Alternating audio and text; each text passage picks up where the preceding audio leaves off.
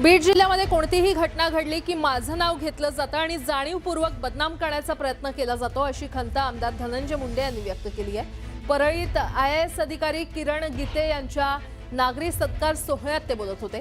वैद्यनाथ तीर्थक्षेत्राच्या विकासासाठी सातत्याने काम करत असल्याचं सांगतानाच नाथ शिक्षण संस्थेच्या माध्यमातून पुण्यात निवासी स्पर्धा परीक्षा केंद्र सुरू करण्याची घोषणा देखील यावेळी त्यांनी केली।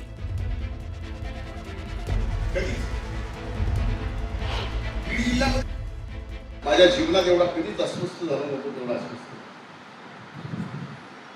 कधीच।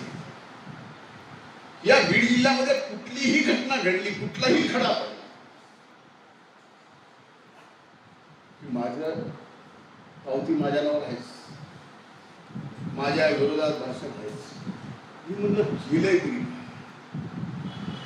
झालंय कुठं, कुणाचं झालंय, तो कोणत्या जातीचा, तो कोणत्या जातीचा, घेणं नाही देणं नाही, वाजवा नाही।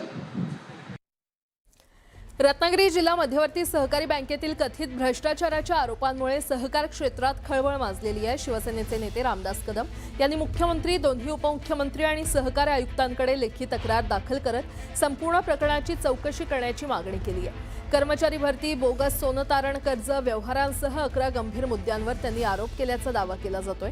तसंच जिल्हा परिषदेचे बँक खातं राष्ट्रीयकृत बँकेत वर्ग करण्याची मागणी देखील त्यांनी केलेली आहे।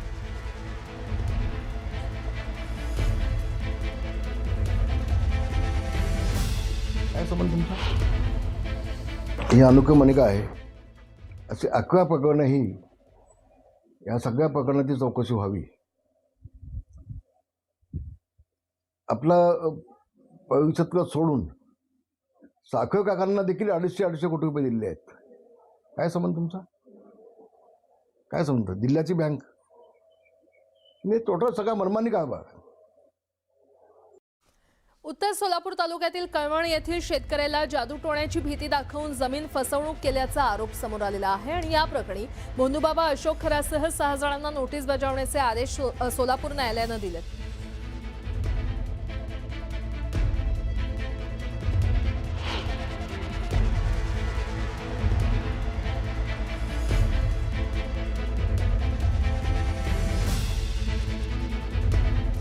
या प्रकरणी भोंदूबाबा अशोक खरासह 6 जणांना नोटीस बजावण्याचे आदेश सोलापूर न्यायालयाने दिलेले आहेत। शेतकरी राजाराम बनसोडे यांनी दाखल केलेल्या खासगी फिर्यादीमध्ये आरोपींनी 11 एकर 8 गुंठे जमीन कमी किमतीमध्ये हस्तगत करून नंतर ती कोट्यवधी रुपयांना विकल्याचा गंभीर आरोप करण्यात आलाय। आरोपींची बाजू ऐकून घेण्यासाठी न्यायालयाने नोटीस बजावली असून हे प्रकरण आता पुढील सुनावणीच्या टप्प्यात पोहोचले।